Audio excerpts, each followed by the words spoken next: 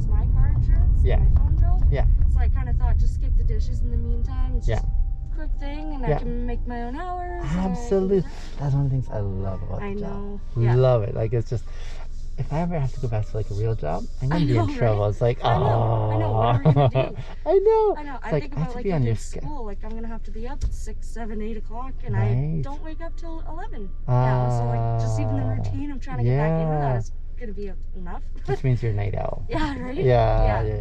Although, school, like right now, it's kind of remote or online, right? For some. Yeah. What are you planning on taking? I'm doing a dental assistant program. Okay. Yeah, so it's a really condensed course. It's only from April to December. Oh, wow. They said like even if I miss one day, that I'm already behind. So that's kind of scary. So I hope I don't get sick or anything. So it's like the fast track version. Yeah. Holy And crap. I hope, they said that some of it is online now because of COVID, but Yeah. I'm hoping that not a lot of it is, because I'm a very visual, like hands-on learner. Like just being told information doesn't really do a lot for me. Yeah. So I'm hoping, because I'm paying a lot of money for the school and I want to do well in it, right? No kidding. So hopefully. I've had the experience where I've had to at one point go back home. Yeah. After leaving home. Yeah. And it was a different dynamic. I knew that I was coming back for a reason. Exactly. Like you. But I also knew that there's things I was giving up going back home. It's like, okay. Exactly, right? You don't have that freedom. You can't just kind of have people over whenever you want. Exactly. Like my parents are super lenient. Yeah. And it's great. Yeah. But it still has its limitations, right? Sure. Like there's still certain things, like it can't be loud, and Yeah. you can't have people over, Yeah. and this or that, which is kind of lame sometimes. Bummer, yeah, but for the most part, all of my friends have their own places. Yeah. So. Is this Pirates of the Caribbean? This is totally Pirates of the Caribbean. Love it. Nicely done. I love it. It's great. Pirates of the Caribbean is my favorite. That is it your favorite? It's my I love That's it. amazing. I know. I was really sad to hear about like Johnny Depp and all that Amber Heard stuff. Yeah. But I heard that because they took him out of what is it, Crimes of Griswold?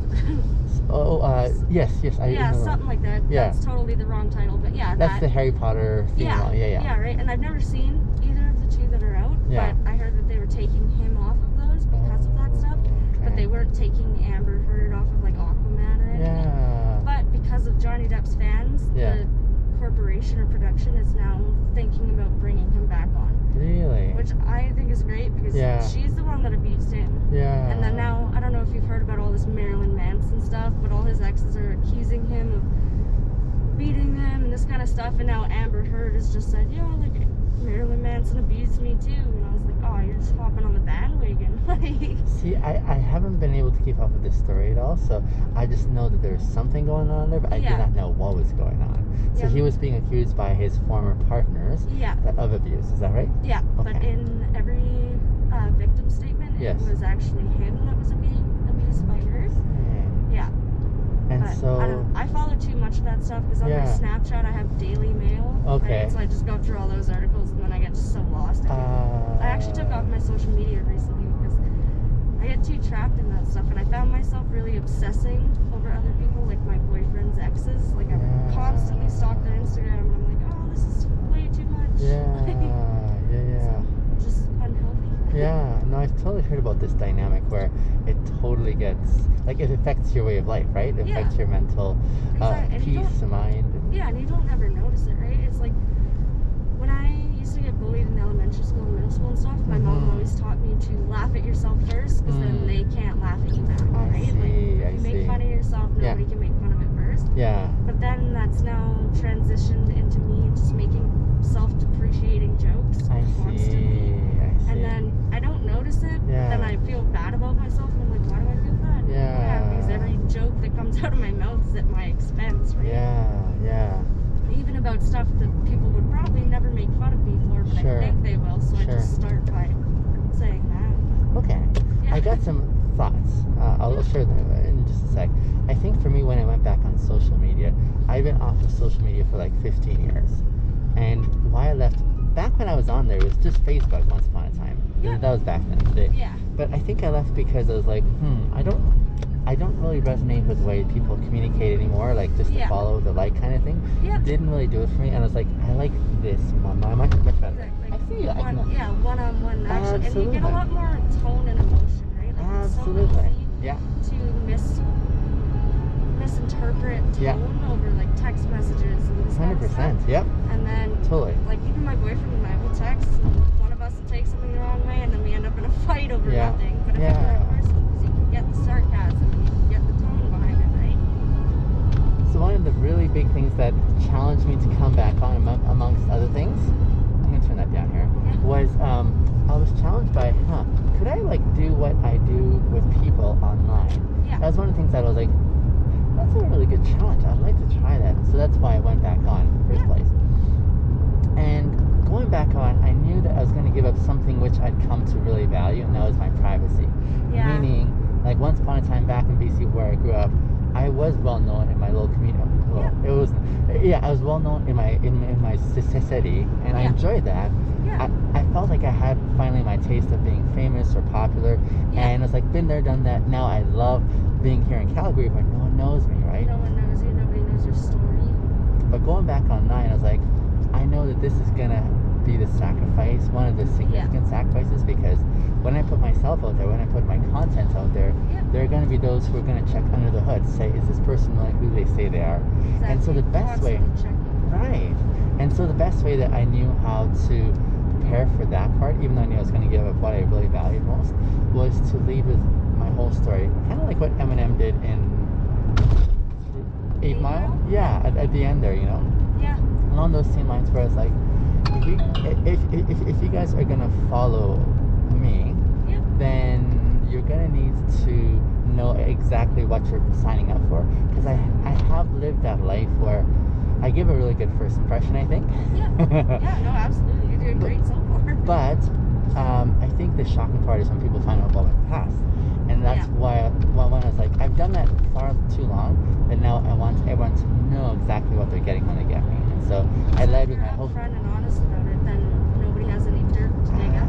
Absolutely. I wanted to experience that kind of freedom that says, I'm never going to be held for ransom or blackmailed. Yeah, no, you should never be held against your standard. Right, exactly. Right?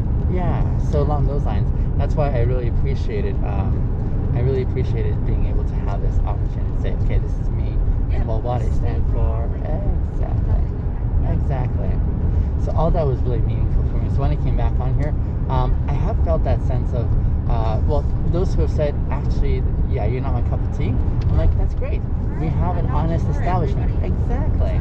Yes, exactly. And that's why you never have to worry about what anybody else thinks, because not everybody is going to like you. As long as you like you, it doesn't matter. The right people will stick around. Sure enough. Yeah. So I guess that was where I was going to get to with you, is how do you see yourself? Some days are better than others. Okay. Some days I look at myself and I'm proud. Yeah. And I'm happy. And I mean, I've been through a lot of shit in my life. I'm pretty young. I've been through a lot of shit that most people will never go through in their lives. The fact that I've overcome every single day, every bad day that I've had. I know that I'm stronger for it. Yeah. But it does kind of suck sometimes because I'm not exactly where I'd like to be in life, but I know I'm on the right path. And I'm doing stuff for me, but it's still hard sometimes. Like kids that I graduated with are now graduating university, whereas I'm just starting, which is still a huge step, but I'm still young. Yeah. But whereas like in high school, most of them were focusing on their plans about after school. Yeah. Meanwhile, I was just kind of focusing on surviving. Yeah. Yeah. So I had a lot more priorities to focus on than school. But I wish I did better in school, honestly. I liked school and I was good at it. Yeah. But I just really didn't care, right? Yeah. I don't know, at the end of the day, I know I'm a good person, I'm a good friend, I'm a good girlfriend, I have a great family and support system, and I have ambition and motivation, and I know where I kind of want to be in life, and if I get sidetracked, then I do, but for the most part, I'm pretty proud of where I am. But like I said, some days are worse than others, where I'm just constantly beating on myself, and then other times when I just think I'm the greatest person ever. So it's give and take. May I share with you one of my big takeaways? And I share just for your own reflection as well too. I think I grew up for the longest time thinking that my worth is closely tied to my accomplishments or what I could bring to the table. Exactly. What you have to tell people or show people. Yeah, like how can I prove that I'm worthwhile? How can I prove that I have something worth contributing? Like, how can I earn my keep in essence? And so when I tied my worth to that, it kept on going up and down. And it kept on... You're never satisfied, right? not only never satisfied, but actually for me, like when I was up, I'm like, yes, I'm worthwhile. Yeah. But when I was down a lot more, yeah. I was feeling like that sense of I'm worth less kind of thing. Yeah. And why this is a huge takeaway for me was, well, I have a whole history of this for one, which I think really informed my sense of always looking down on myself and beating myself up unnecessarily. And what I mean by that is, when I talk about worth, the big takeaway was, how can I learn to look at myself that regardless of what I do or don't do, what I ever accomplish or don't accomplish, no matter how attractive I am or not attractive, no matter like whatever it is that I think brings value or takes away value, yeah. does that make me more or less of a person? And I would say for that, for anyone around me, well, no. Like you're totally like worthwhile regardless of all that stuff because you are a human being. You're a fellow human being, right? At the end of the day, we're all here for a reason. But I didn't think about myself that way. Yeah. So like I had to start untangling that and saying, what would that look like for me to start saying, here, for example, I do really amazing at this job. I am a great Uber driver. You're probably the best Uber driver that I've ever had. Thank you. Yeah. Thank you, dear. That's really sweet. But even as I hear that compliment, and I hear it very often, I'm like, great, I'm going to enjoy it, but I'm going to remind myself that it isn't attached to making me worthwhile. That's the tough part. Because like when I do something crappy, I'm like, oh, I'm a terrible person. Yeah, but then I'm having to, and I'm like, okay, maybe I'm not a terrible person. Maybe the action itself was terrible. Exactly. But I'm still trying to figure things out going forward, right? So that's a huge sort of like. Like I've done a lot of bad things in my life, but I know that I'm not a bad person. Right? Like everybody makes mistakes, and as long as you can learn from them, then Absolutely.